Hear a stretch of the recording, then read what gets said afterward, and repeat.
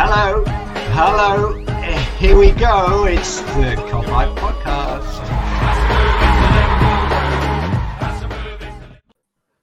What is happening, everyone? Welcome back to the Copite Podcast on a brand new show to talk about some famous players we've had over the years. And I just thought me and Kristian thought it'd be a good idea to start episode 1 with the career of our crazy, mad genius that we had for a few years, Luis Suarez. We thought that would be a good starting point. Obviously, we'll go on to do hopefully a few more legends and obviously a few more quality players that we've had over the years. But yeah, I'm joined by Kristian as always. How you doing, lad? Yeah, I'm good. It's always nice to talk about Luis Suarez on a Tuesday. Tuesday afternoon. Why not? Yeah. There's worse things to be chatting about, isn't he? So, cup of coffee and a cup of tea for you, and Luis Suarez being the subject. Yeah, it's not too bad. Not too bad. But yeah, I mean, let's just dive into it. Obviously, we're not going to go into like loads of detail. We will probably more on the Liverpool stuff when we've got some stats and stuff that we're going to throw up on screen and stuff just to chat through and just see how amazing he was for Liverpool and beyond. He was just absolutely, he was absolutely crazy, but he was absolutely one of the best I've ever seen anyway. And I know probably the same for you, Kristian, in terms of quality and drive. And he had he was just an amazing player, but he also had a dark side, which is held him back a little. I mean, not held him back in terms of his potential, but in terms of like getting from club to club, it's maybe stopped it a little bit. And I mean, just reading like early days on like the insight fountain that is Wikipedia. When he was a kid, he had a car ran over his foot, breaking his 5th metatarsal bone, and it just says, in spite of the injury, he continued to play, which just is like, why not? I mean, it wouldn't have been surprising if it was like he broke his foot and then the day after he was like, yeah, I'm sound, Mum, I'll go and play on the street with Exactly. No, because I remember even in Liverpool, we probably come to that as well, but I read that he once used like Steven Gerrard's boots because he had a swollen ankle or something like that. So he still wanted to play, but he couldn't fit his feet into his own shoes or football boots. So he actually borrowed Steven Gerrard's something, so he actually could fit his foot into that one. So he wanted to play even though he broke that bone in his foot. So yeah, it probably says a lot about Luis Suarez. I think that just typifies Luis Suarez to me. I know we're going to come on to the later stages, but I'm sure a player said, I can't remember who it is. I'll try and find it while we're doing this. That like he's never known a player that will just carry on playing with niggles. It might have been like Glenn Johnson or someone like that that played for him a bit. That just said like he's never known anyone just to like be battered and bruised, his legs scarred and whatever else mangled, and he still just goes, yeah, just pop me a few paracetamol and I'll be sound. Yeah. But like he joins obviously Nacional youth team at age 14, and then at age 16, back to Wikipedia again, he apparently headbutted the referee after showing discontent following a red card. And then it goes on to say, although a sport editor claimed he accidentally fell into the referee. Do you believe that's that? That's what he did all his career when he had the problems. He fell into the situation. His teeth fell into someone's arm 5 times. Exactly. Well, we know he had his temper, so I would not believe that he fell into the referee. I think he actually, with his temper, actually headbutted him. But obviously, no evidence that I have seen. But I do believe the Wikipedia page is saying, with that kind of stuff, that is fell into seems a little bit too weird for me, to be honest. It's just typical what I expected of a Luis Suarez upbringing, just going a bit crazy. And then obviously it says, I know Wikipedia's not like, I keep making a joke, but like I imagine this is pretty much like not verified, but I imagine this is like exactly what happened to a degree in terms of what he went through as a kid. Because apparently it says one night he was caught drinking and partying, prompting his coach to threaten he would never play unless he started playing football more seriously. And I think that's surprising, because I thought, like, obviously he's got a feisty side in terms of when he plays football, but I thought maybe it always seemed to me like the football side and the like personal side were different. I always thought like he came across in interviews as like a really nice fella, a family man. But then obviously this is before that, so he's obviously got a bit of a bit of a wild side, that, didn't he?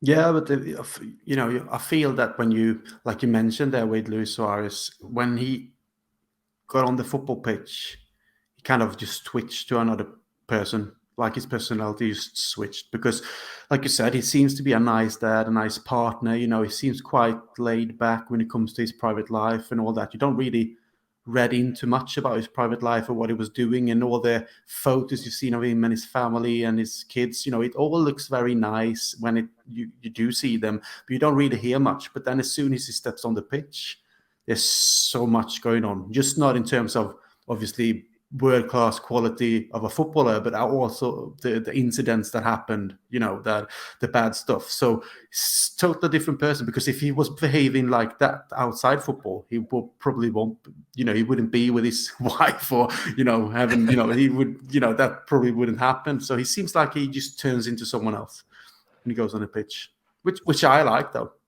I like it, and I think there's a few players like you can think of that are like similar, like two Scousers I can think of top of my head, Wayne Rooney and Steven Gerrard, as kids. Like, they were really, really quality, but just saw red from time to time and just went sliding into tackles, like knee heights, just like really bad challenges. But that's like the will to win is there, and I think that's something that especially like South American players are renowned for having that kind of fight and in the blood. And that's why when a player like that comes to your club and shows the passion like that, that's why they're endeared to you even more, because you see a bit of yourself in that as a fan watching from the stands. So that's why we love them in a very small sentence there, but obviously we'll get more into it.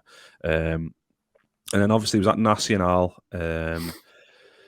for a bit, and he was found by a group of scouts from the Dutch club Groningen when they were there in Uruguay to scout another player. As they watched, he won and converted the penalty and scored a wonder goal. After watching only that match, the scouts approached Suarez and said they wanted to buy him, and the season after, Groningen paid Nacional 800,000 euros for him. So that's like in terms of like his movement there. So Groningen. Nacional, sorry, for 1 year, then Groningen for 1 year. But like the progression was already obviously there, wasn't it? Like, if the scouts didn't even know he was a player they went to go and watch, but the fact that he caught the eye, I think that's from the Suarez we've seen and at Liverpool, and obviously beyond that, you can see why that was the case, because he just wore his heart on his sleeve, didn't he? Yeah, and I obviously can't remember seeing him playing for, obviously not Nacional, but I can't remember him in Groningen as well. I just remember him from the Ajax time, obviously. But from, playing in Ajax, and you heard about this striker who scored many goals in the Dutch league, as many do. You can't, say that's because someone actually do it, they will become great. But you heard of this player who was brilliant for Ajax, and you saw him in some, European games or whatever. But if you look at the progression of him from Nacional to Groningen to Ajax, it goes quite quick for him to just, leave as a young player to actually become a really, really good player. And then when it comes to us, it doesn't take long until he's actually world class, and then he keeps that level for a long, long time. And obviously after the time with us and stuff, so it seems like his career actually, went really, really quick uphills.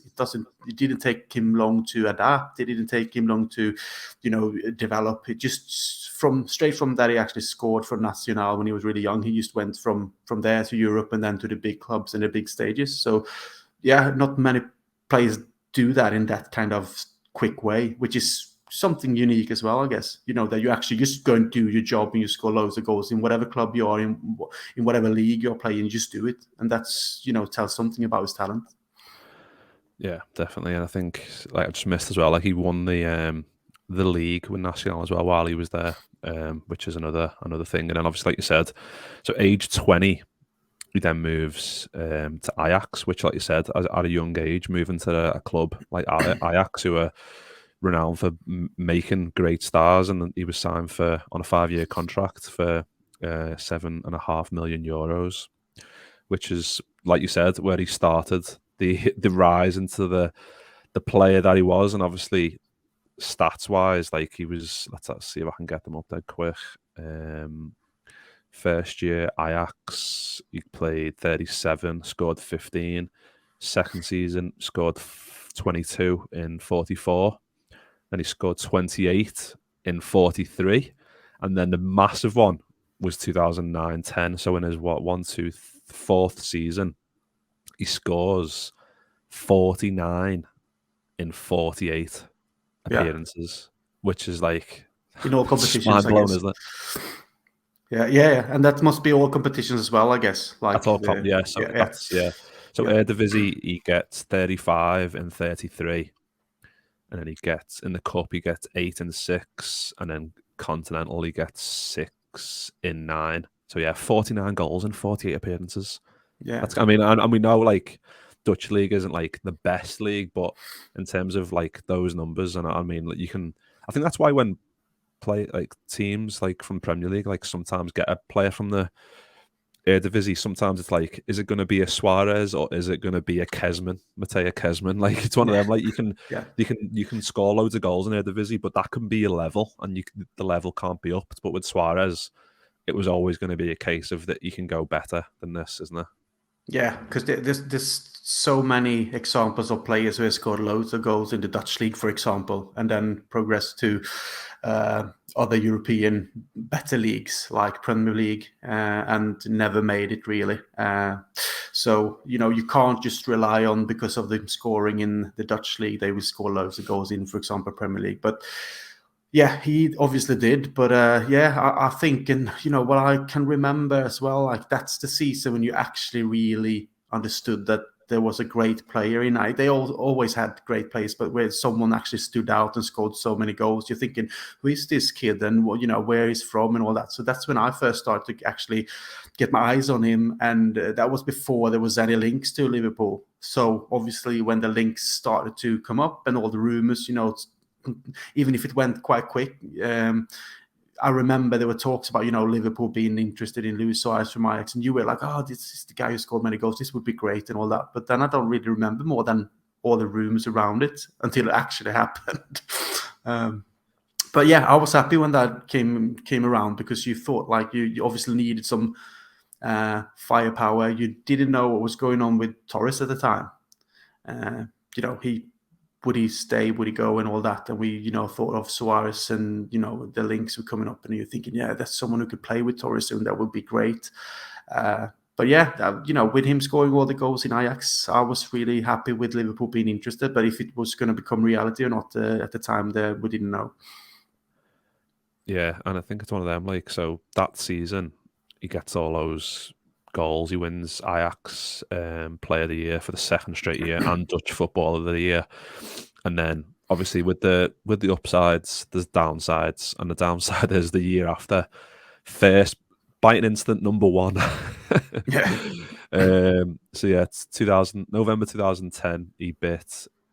Just sounds mad in a sentence. He bit someone, but we know that's just his MO, just having a nibble of someone's arm. He bit PSV's Otman Bakal on the shoulder during a 0-0 draw with PSV. Ajax suspended them for 2 matches and fined them for an undisclosed amount, which the club said they would donate to a good cause. The Dutch daily newspaper, The Telegraph, I don't know, I'm just butchering the Dutch language here, Kristian. Stop me. They branded Suarez the cannibal of Ajax. And then the KNVB increased Suarez's suspension to 7 league matches. Obviously, Suarez apologised through a video he uploaded to his Facebook page. And that was like, obviously, we've just talked on a little bit about his youth misdemeanors, but that was the first. As far as I know, there might be others. Correct me if I'm wrong in the comments or whatever. But according to Wikipedia, this is like the fountain of all knowledge here. That was the first time that he'd done something like that in a game, which is you could see the red mist could descend, and if the game wasn't going to the standard that he wanted to, and he wanted to just do something crazy, maybe to change clubs, maybe. I think there's just certain situations where players like Suarez just see red. I don't say it's right or anything, but there's some people or players now when we talk football, obviously, that they just do stupid things without thinking. And we've seen it before with other players, but obviously with biting someone, it's to take it a little bit further. So, obviously when that happened, and also with the rumors about, Liverpool wanted to buy him and all that, you were a little bit like, you read up on it, and you thought like, what happened? What is this kind of player? Will he fit into Liverpool and the Liverpool way and all that kind of stuff? But I was living in England back then. I wasn't really concerned and thinking of players like I do today. I was, today I can actually check more and be more of a nerd, if you like, to actually see what kind of player Liverpool is after. But when I lived in England, I was younger, I was out more, I was going to games. I didn't really care. I just enjoyed, having a drink with mates. So if there was any good players linked with Liverpool, I was just happy. Buy him, and we get to see him, in the stands, and everything, will probably be all right anyway, even if we had really bad periods at that time, in terms of being good on the pitch. Yeah, and I think, like you said before, the whole bringing Suarez in to kind of complement Torres, that was like a dream scenario, wasn't it? Because I think it was a deadline day 2011. We got a bid accepted by Ajax for 22.8 million, which, now that you look back on that, I know it was like 11 years ago, and inflation and whatever else, and prices and footy going crazy, but to get Suarez for that price at that time, maybe we're taking a risk because of like the season before where he had the biting incidents, and Ajax had less suitors for him, less clubs coming in for him because of that, and maybe clubs didn't think, don't want to take a risk on him just in case he does that for us and misses 10 games or 12 games or whatever else.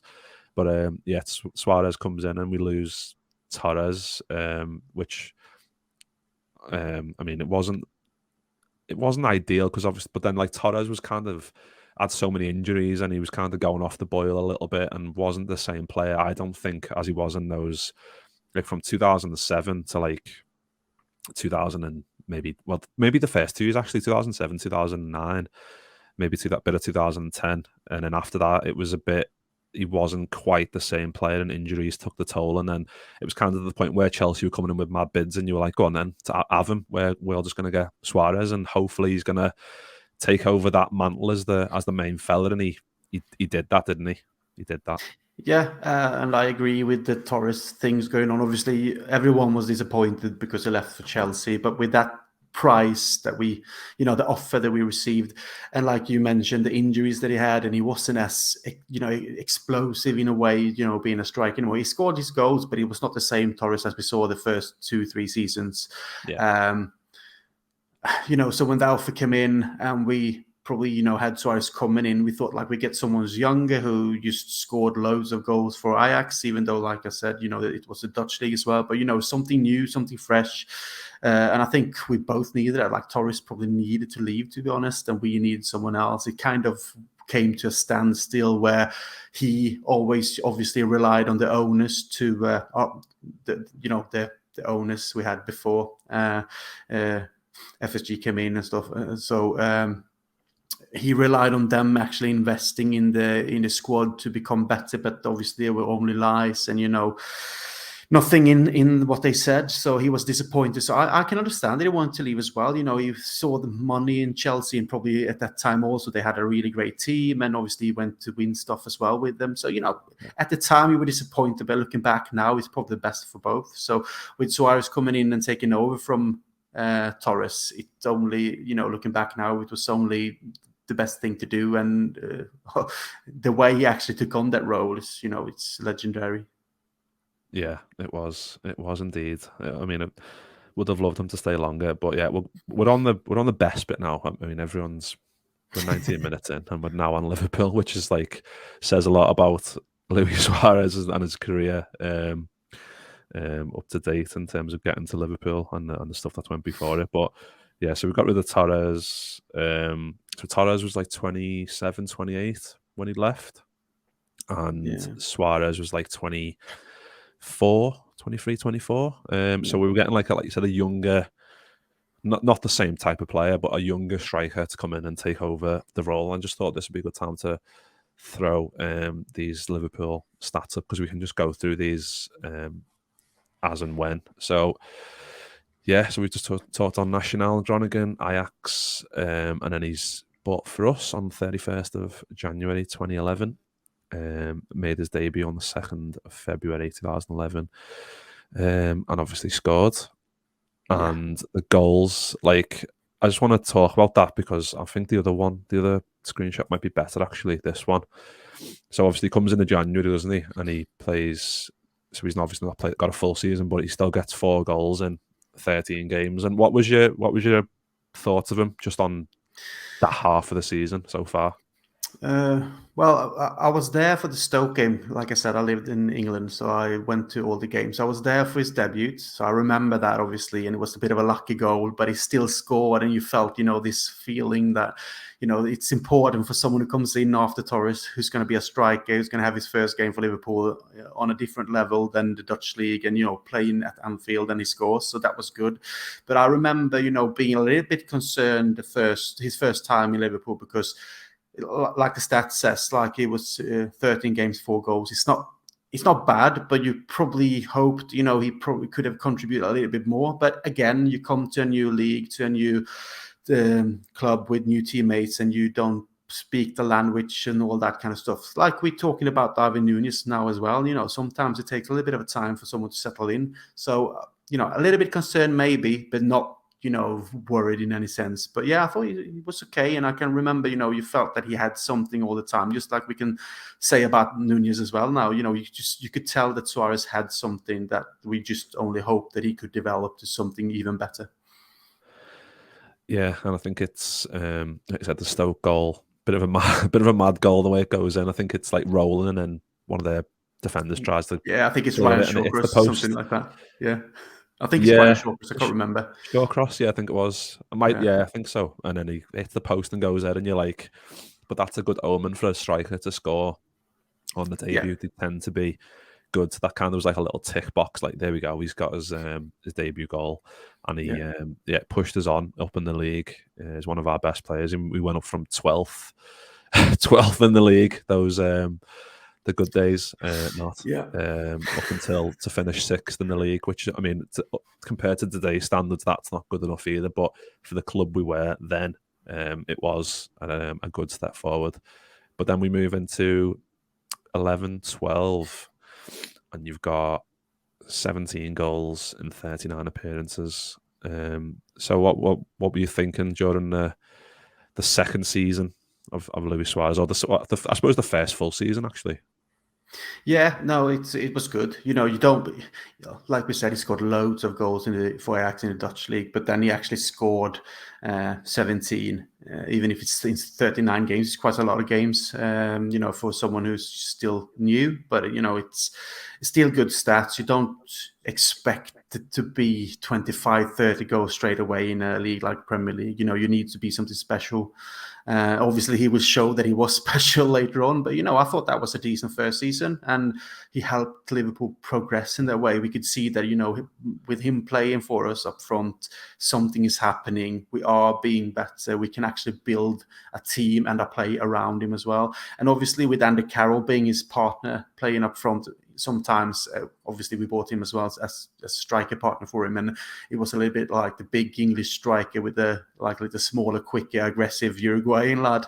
So I thought that it could be something really good, like a partnership that could work, but it never really functioned in the way. Sometimes it did really well, but it didn't function in the way we thought. So, but for Suarez to score 70 goals and to contribute to us being a little bit better, that's what you wanted to see. You want to see us progress, and you want to see him progress instead of scoring 5 goals in his second season and only add 1 goal from the first half season or whatever. You can actually see, oh, okay, he scored 4 goals in his first half season, but now he's actually scored 17. It's a big step, and he's developing, and that's what you want. And he's still young, and he makes us better. So I was happy of what I can remember.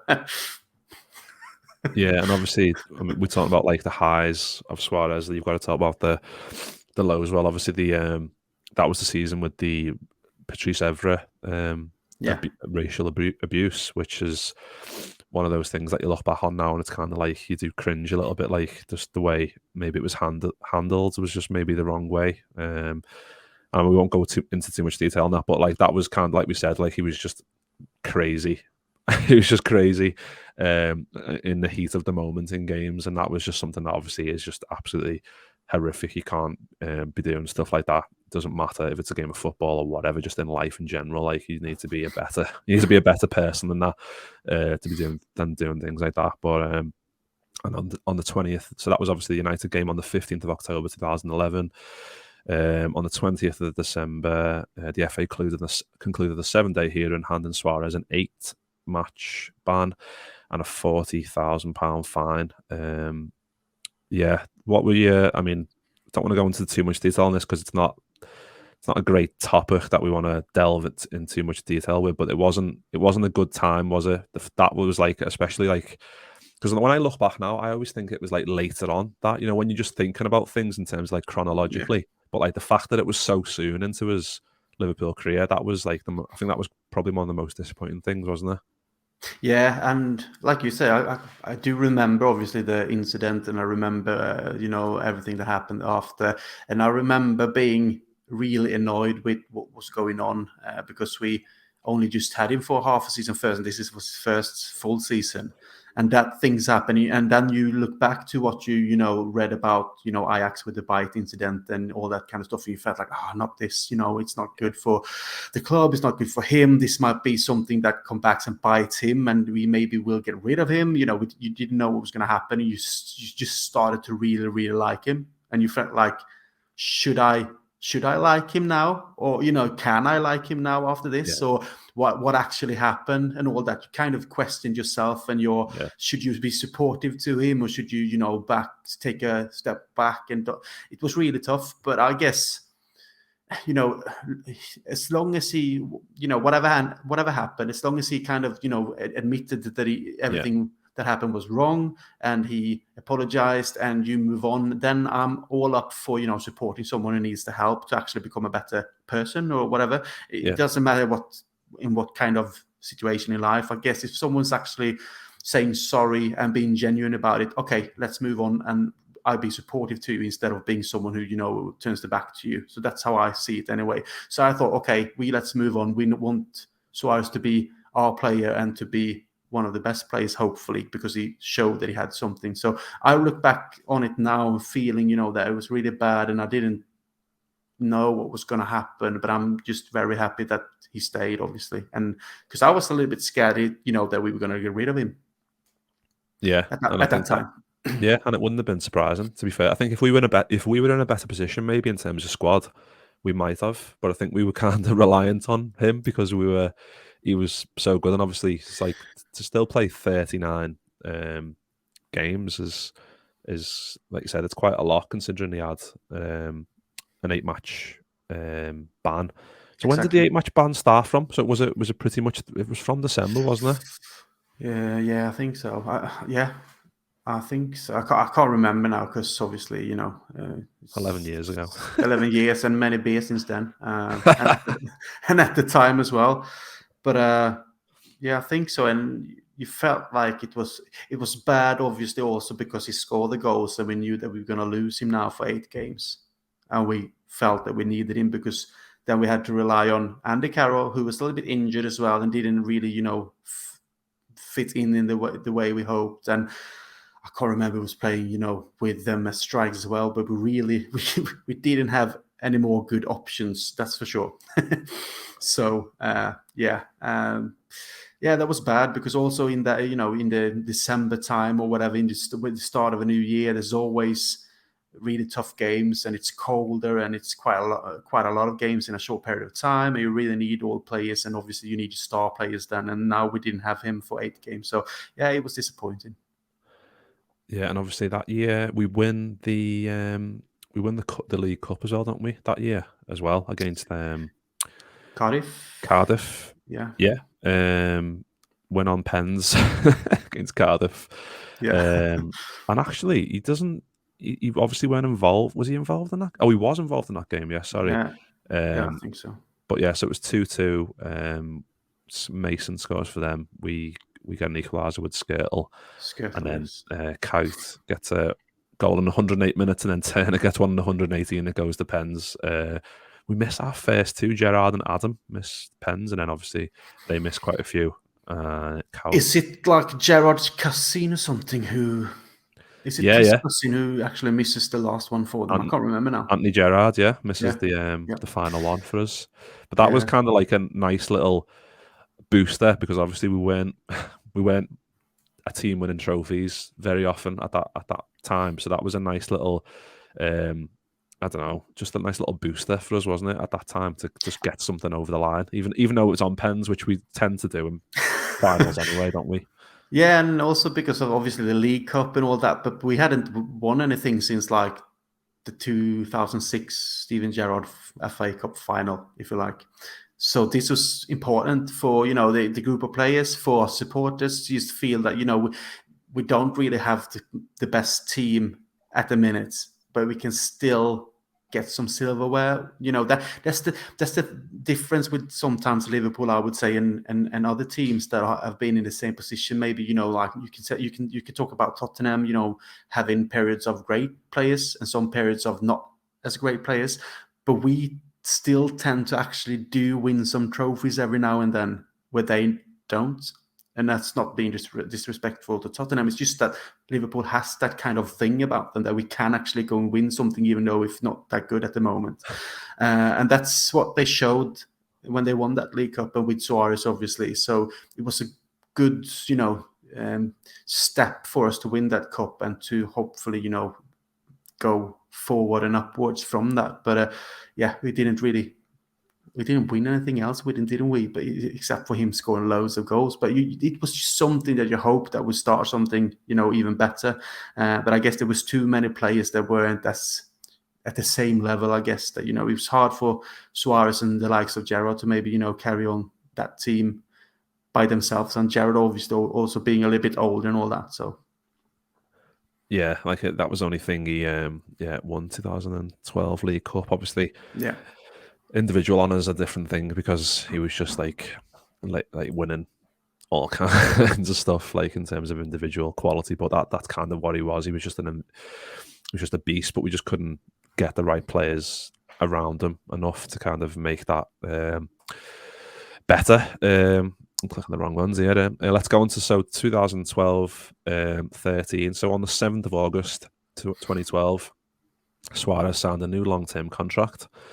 So in terms of numbers there then, 12-13, like 44 appearances and 30 goals. It's pretty, like in terms of obviously the previous year, so he's played 5 more games, but he scored like what? What's that, 13 more goals, which is just incredible, isn't it?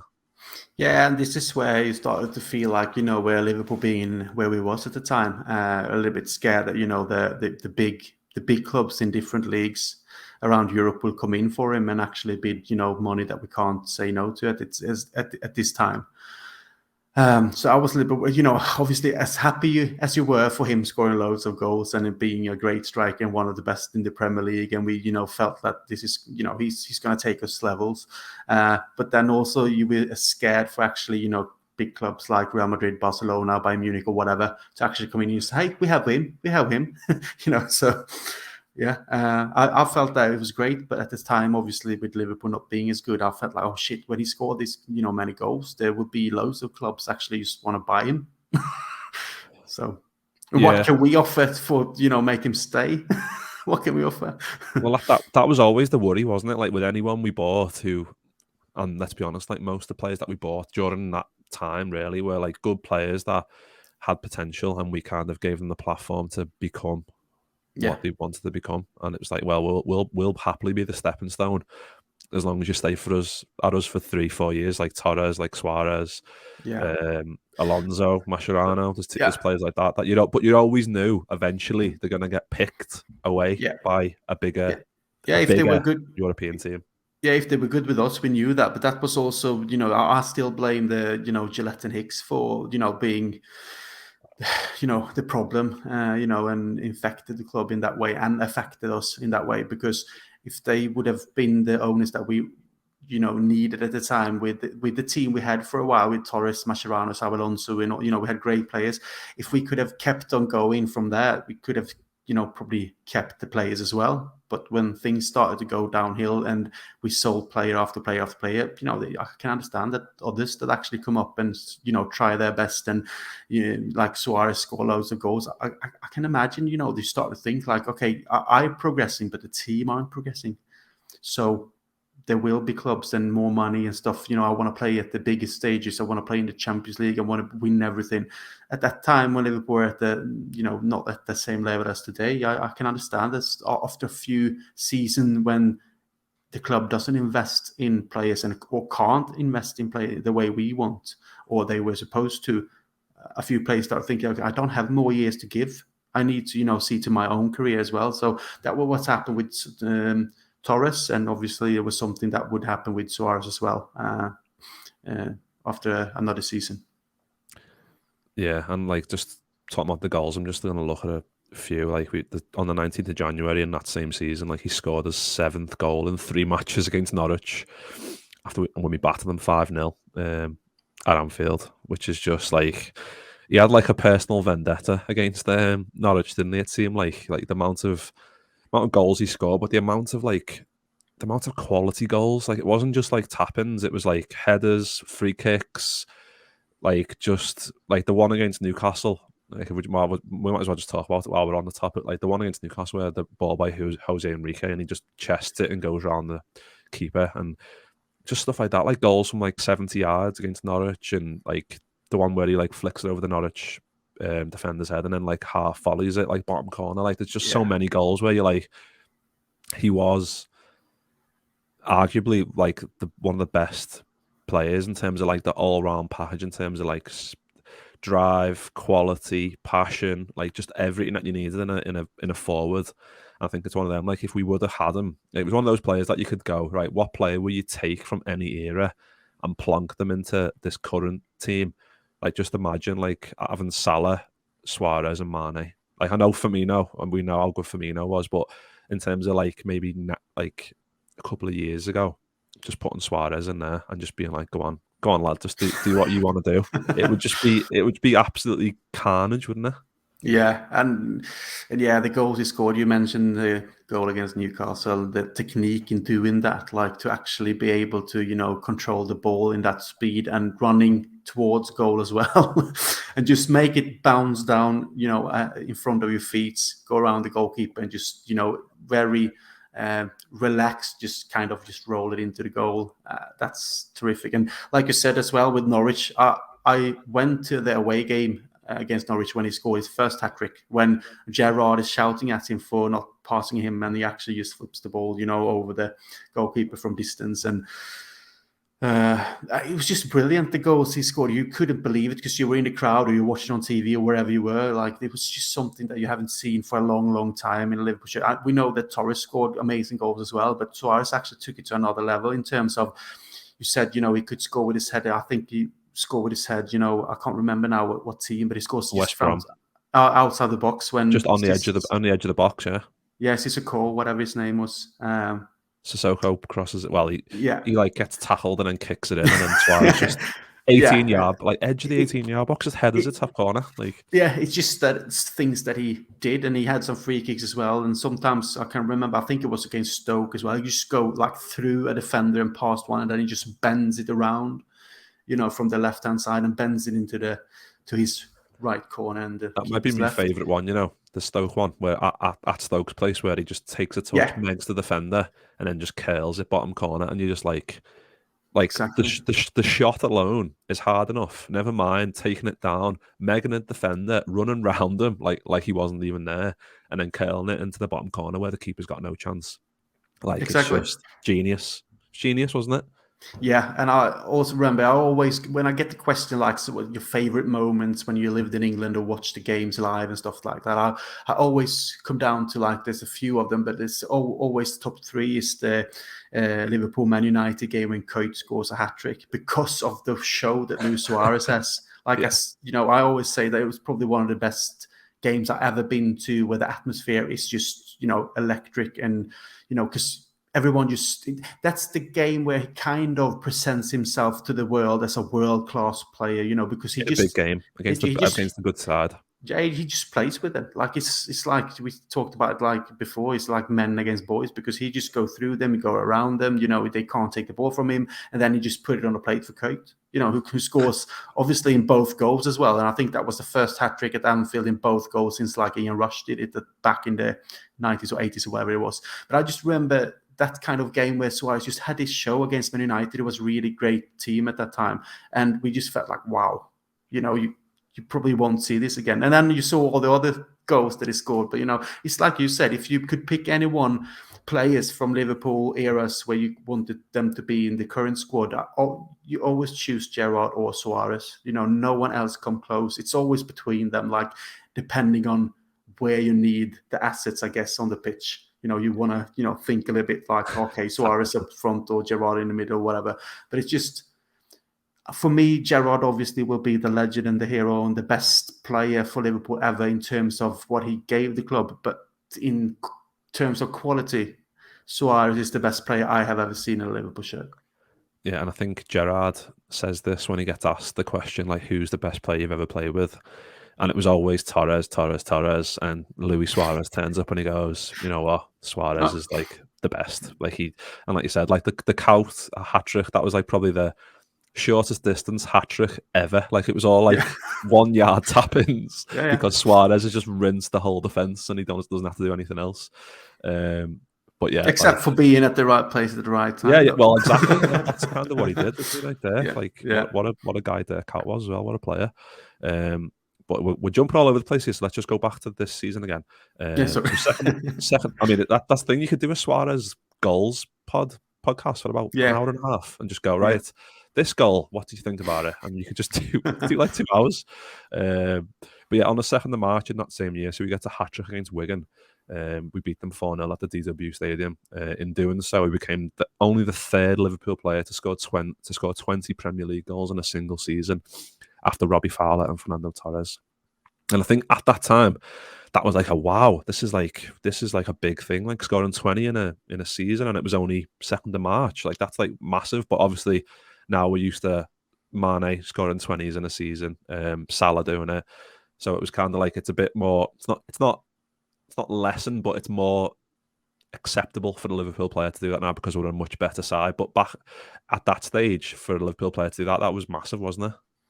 Yeah, many of the goals as well, they were, created on his own. Like, I know that obviously he played with Sturridge and Sterling, and they were great. That season where we almost made it and all that, with the SAS or whatever they were called, they were brilliant together and the team was good in that sense. But, Suarez could create his own goals, from nothing really, in that he just popped up and scored them. Like he could, like we said, he could score them from any kind of distance, in any kind of way, with his head or left or right foot and bend them or whatever. He just scored goals from when, like, it was almost like when he wanted to score them, he scored them. Like it was like, okay, we need a goal, I score them.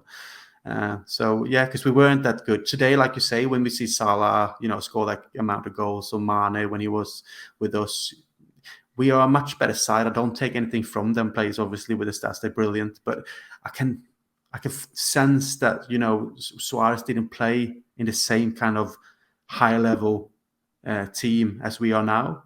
So if he would, I don't know how many goals he might have scored, because he was so aggressive and used his body and he was technical and he could score so many different goals. Like, again, you don't take anything away from Salah, but he scored goals, but sometimes you don't see him score so many different goals nowadays. Suarez scored so many different types of goals. Do it on his own, though, wouldn't he? He'd literally just take people on his own, and he'd do like what Gerrard did for us and just grab a game by the scruff of the neck and go, right, I'm going to win this game for us by however means necessary. And obviously that gets onto stuff we've been talking about, like the horrible stuff that he got up to. Yeah. But yeah, just obviously end of that season, he was one of 6 players named on the shortlist for the PFA Players Player of the Year. He came 2nd behind Gareth Bale and was named in the PFA Team of the Year.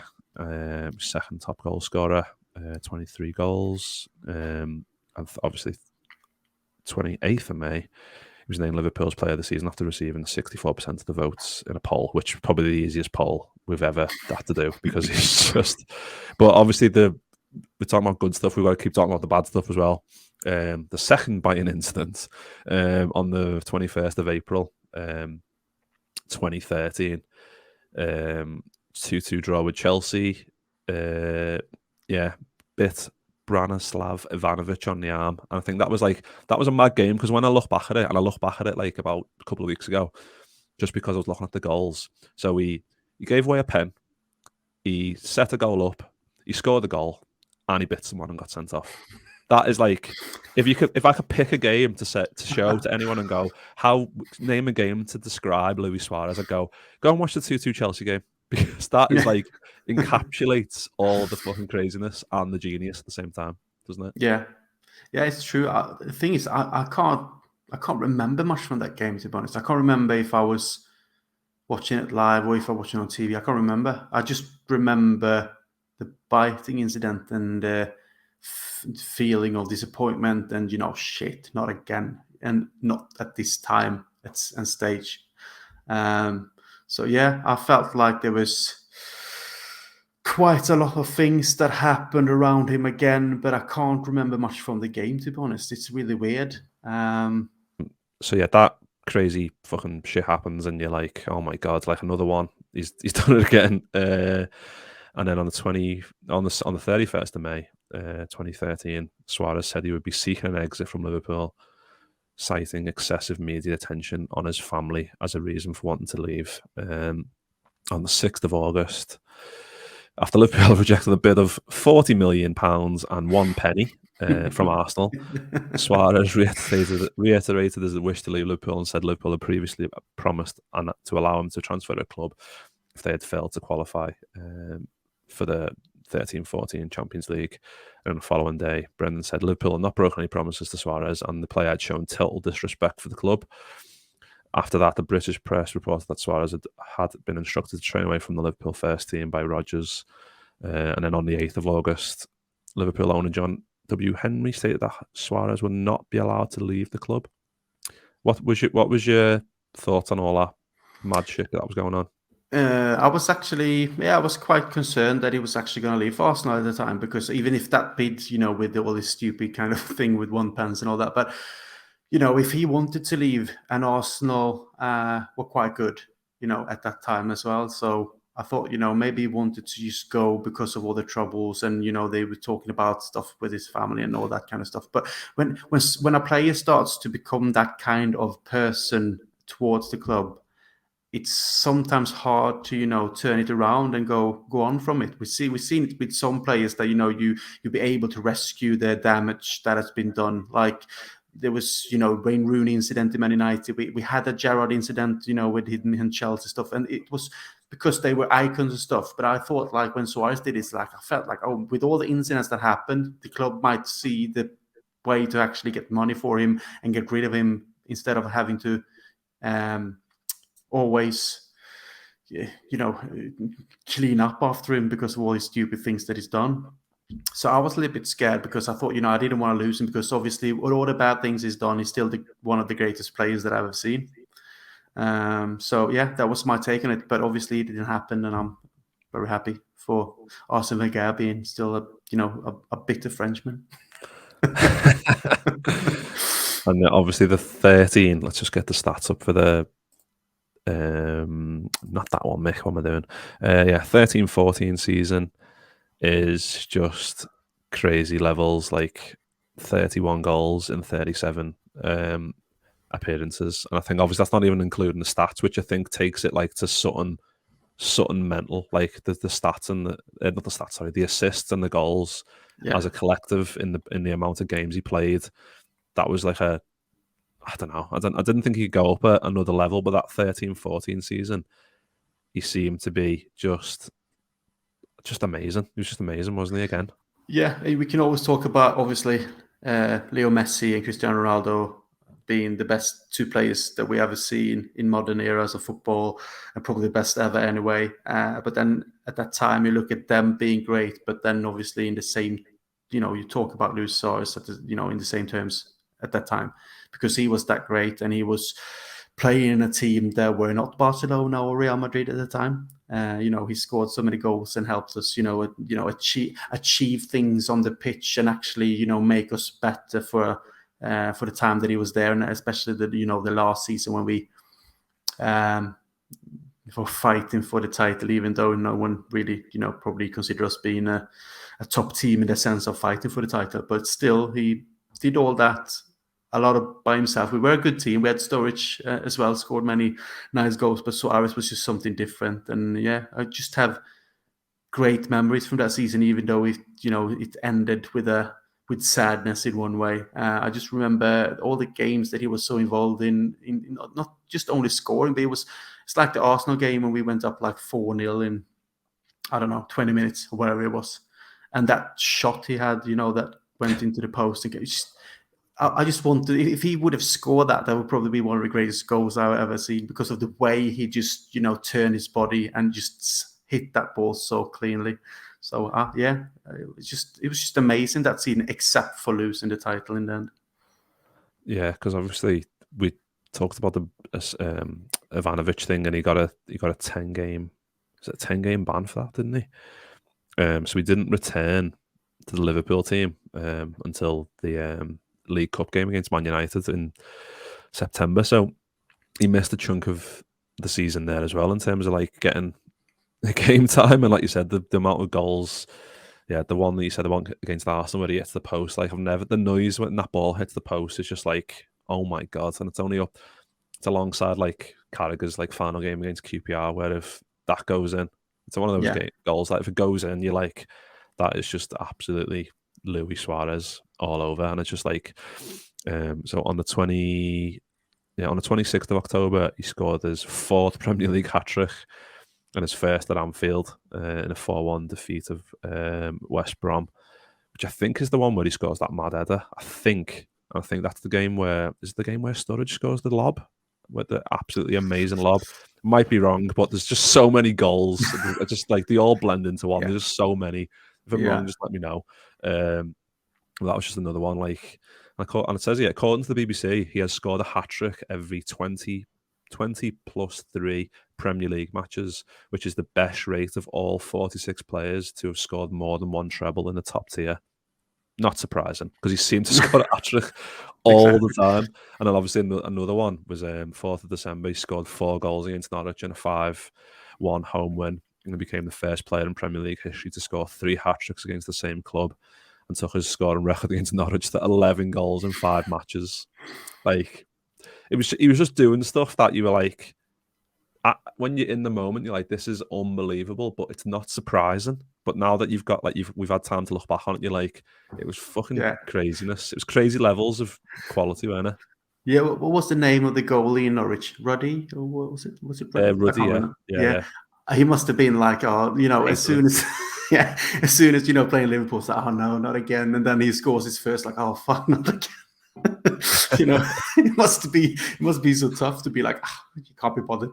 Yeah, but it's weird to look back now and seeing the levels that we have had with Jurgen Klopp and all the nice silverware that we won on the club, and with the players that we had, that Luis Suarez actually played for us and scored so many brilliant goals. And you just wonder what he would have been like to play in this team now. You can't.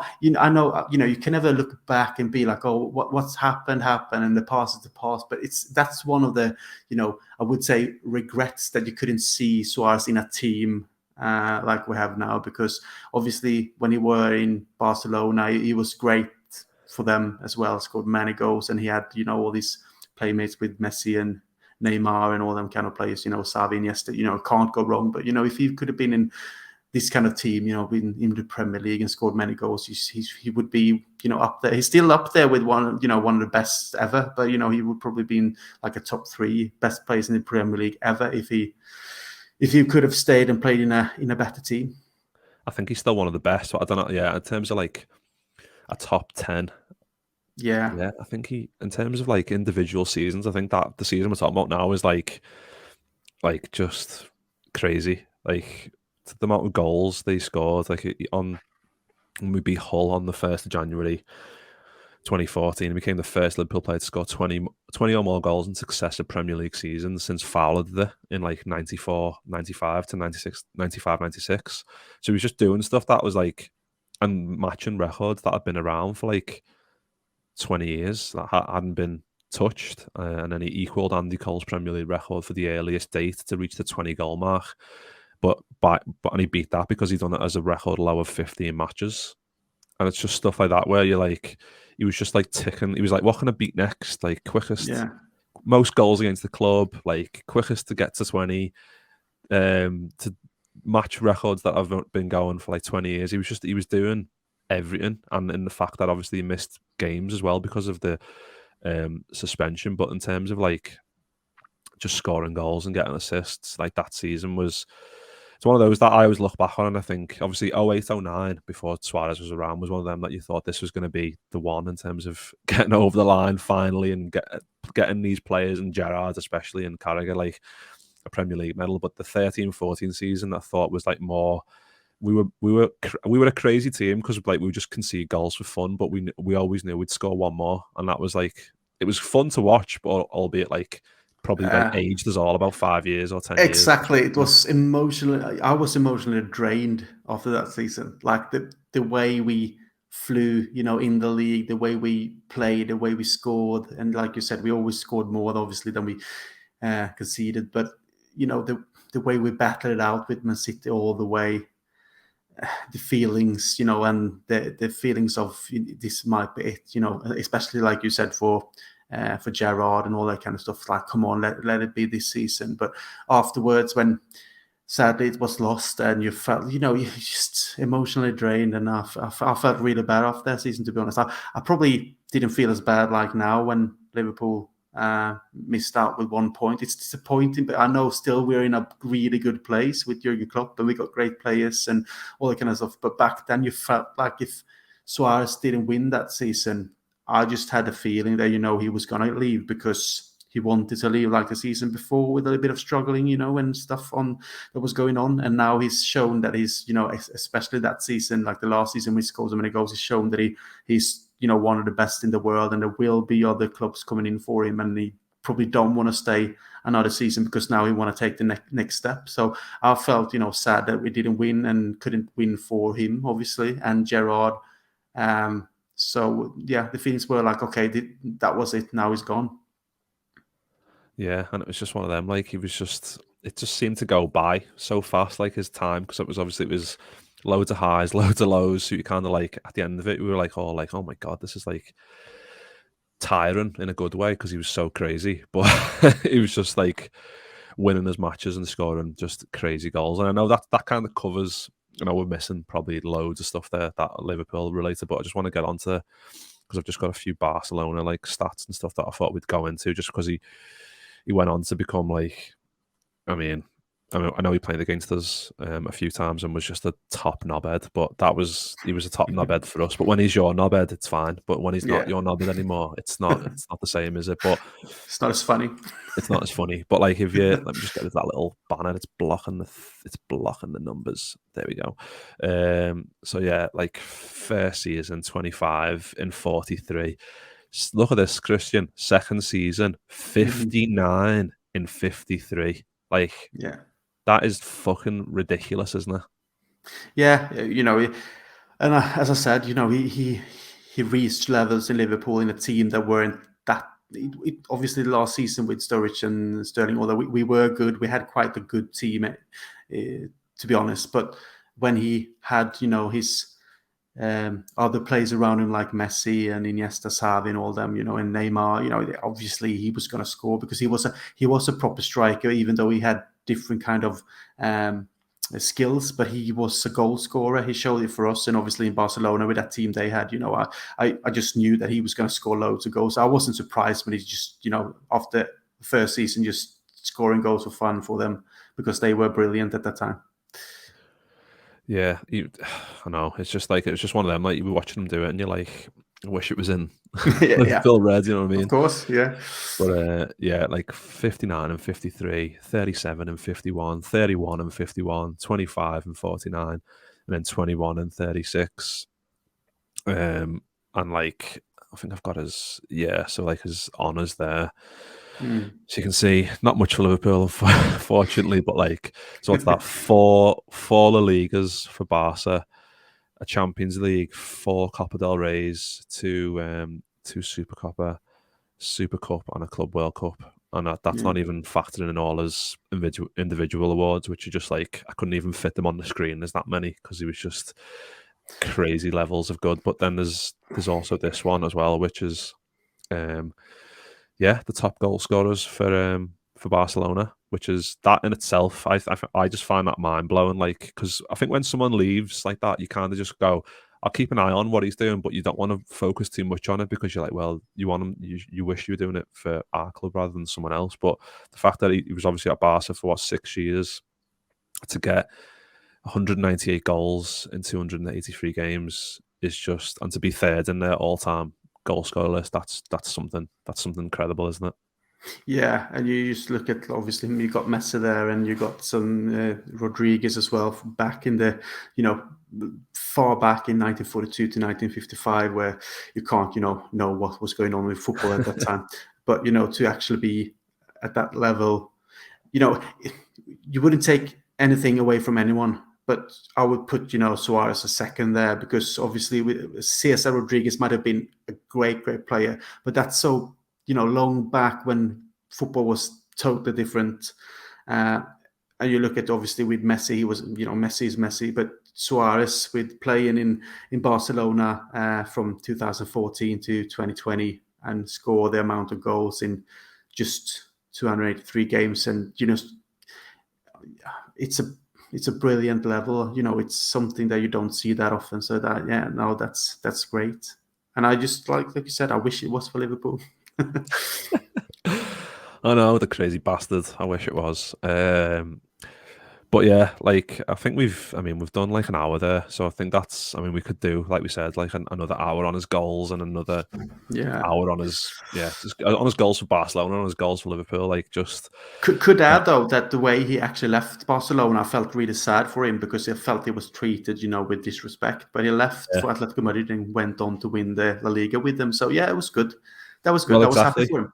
Yeah, because I think in this, you can see at the bottom there, like 21 goals in 38, and then 13 in 45, which obviously isn't as good. It isn't Luis Suarez level, but like you said, to get the honours that he did at the clubs that he was at is just, so yeah, you can see there La Liga for Atletico Madrid, which is like, he left in a bit of a weird way, like you said, but still went on to. Exactly. It's just seen wherever he went, he could drag a team to the level that he wanted to be at and win stuff. I really like that because of the way he left Barcelona. I'm not an expert on what happened, but I just felt that Barcelona, after what he gave them, obviously wasn't treated with respect that he should have been. And then he went to Atletico Madrid and went on to score loads of goals for them in that season and win the La Liga after he left Barcelona. I like that, because it's kind of showed like, you shouldn't have let me go that easily or treat me this way, because wherever I go, I just make sure there's silverware.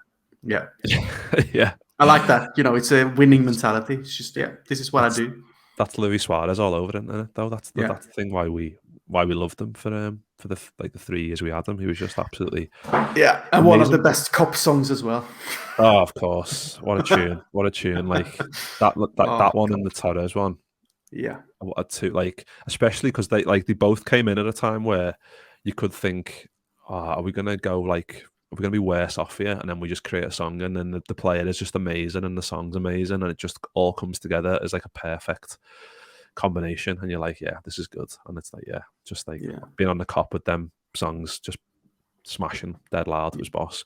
But yeah, that was episode 1 of player profiles, and obviously done Luis Suarez, because I just thought that was a proper loads of stuff to talk about, like loads of boss stuff, loads of not so good stuff, but just kind of all goes into the man that is Luis Suarez in terms of what a crazy genius he was. But yeah, let us know what do we want to do next, because obviously we're going to try and do these as much as we can. Obviously we've done this one because there's been no footy for like about 4 years, and I feel like half of our lives. Just so bored, and we thought, let's just do like a show about like something random that we've both lived through and I thought that would be a good one to start. But yeah, I might put a poll up on Twitter, like if you want us to do like Torres or like Gerrard or even like further back, like McManamans or Fowlers, Carragher's, Hippier, Finnan, There's Risa. many. Yeah. There's There's loads, many. so we could do as many. But yeah, if you did like it, do let us know and like and subscribe. We Glenn really Hussein. appreciate it. What was that? Sorry. Glenn Hussein. Oh yeah, we'll do. I mean, yeah. How long would that take? I don't know. Wouldn't be an hour, would it? Yeah, let's see. But we might. If we get enough know. people asking for it, then we might do it. Yeah. But yeah, if you did like it, do like and subscribe as well. If you're listening on audio, then yeah, do the same. Give us a review, leave us a rating. It all helps. It all helps towards the algorithms. I mean, I'm not sure that it does, but it must do. It must do. So just do it anyway if you fancy it. But yeah, that was episode 1. Luis Suarez, the mad bastard. But he was a boss mad bastard. Let me teeth in. Yeah. Been joined by Kristian and Mick, and that was good. And yeah, if let us like I said, do let us know. I'm gonna stop rambling on now. Let us know you want us to do next, and we'll try and do it as soon as we can. Nice one. Up the Reds.